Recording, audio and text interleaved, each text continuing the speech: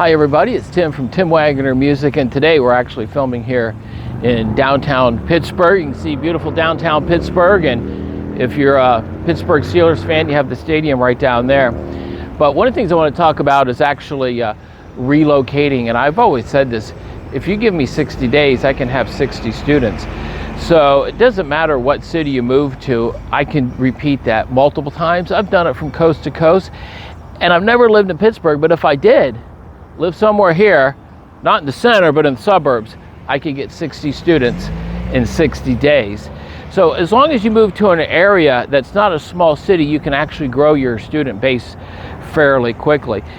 But what you have to remember is this: you have to be consistent about advertising. You have to move to the area. You got to find out the best areas. And I can tell you right now, if you try to teach downtown, you're not going to have any luck. There's no families that live down there. Well, there are, but not what we're looking for to take lessons, okay? So you have to go down to the suburbs and, hey, I'm over here. Woohoo! Thank you, cameraman. She wants to videotape the city more than me. That's awesome. So you have to move to the suburbs, way away from the city, to be able to get students, and you have to advertise. You have to be prepared to lose money. It's just a natural thing. You're going to have to spend a lot of money, but when you find something that's not working, you have to stop it. You also have to be prepared that you're going to lose some money. I mean, you could spend a couple $100, maybe get one student, may not even get any students, and actually that just becomes a tax write-off, which sucks, but at least you got a tax write-off. So you want to make sure you're really persistent with it. Advertise. The other big key too is I find out what you can get a lot of students really quickly is open up all your times. You know, I've done this before. I opened up Monday through Saturday, and I've had students just scattered all over the place. And then once you get them on the schedule, you know, you can move them around to wherever you want to move them. But you have to do that. I see so many teachers say, oh, I got a student at 1. I don't want one at 7:30. What am I going to do in that time?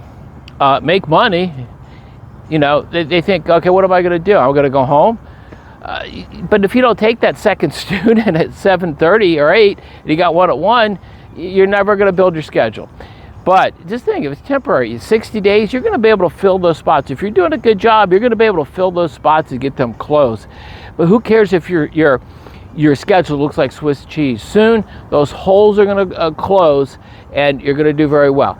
You have to be consistent. Don't give up.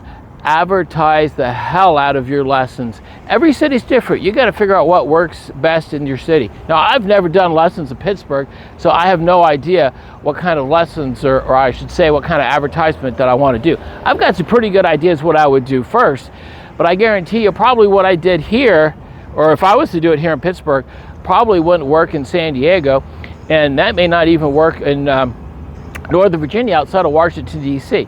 You have to figure out the area. It's very unique. This area is very different from San Diego, and San Diego is different from Fairfax, and Fairfax is different from Virginia Beach, and that's different from Miami. The key is you have to be persistent, you know. And one of the things, you know, I always hear a lot of people say, oh my gosh, my husband, my wife, my girlfriend, boyfriend, they just got a new job. I've got 40 students, and now I've got to move to another city and start all over again. Yes, but if you're doing a good job, it should only take you about 2 months to build that schedule back up. So I could talk, you know, a long time about how to do this. In fact, if anybody has questions, you can always, of course, feel free to contact me. I can certainly point you in the right direction. But the key is be consistent, advertise the hell out of those lessons, be prepared to take some losses. But you know what? The payoff is unbelievable. Can you imagine having 60 students in 2 months? You know, some people teach for years and never get to that amount. There's no reason you can't have that amount of students. You know, one of my first guitar teachers says there's so many people out there that actually teach and they don't have students. And that's the number one thing, is you want to make sure that, you know, you just really advertise and get everything done.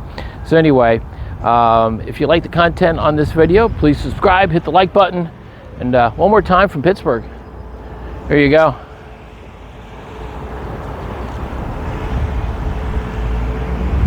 All right, she wants to photograph Pittsburgh more than me. Anyway, until then,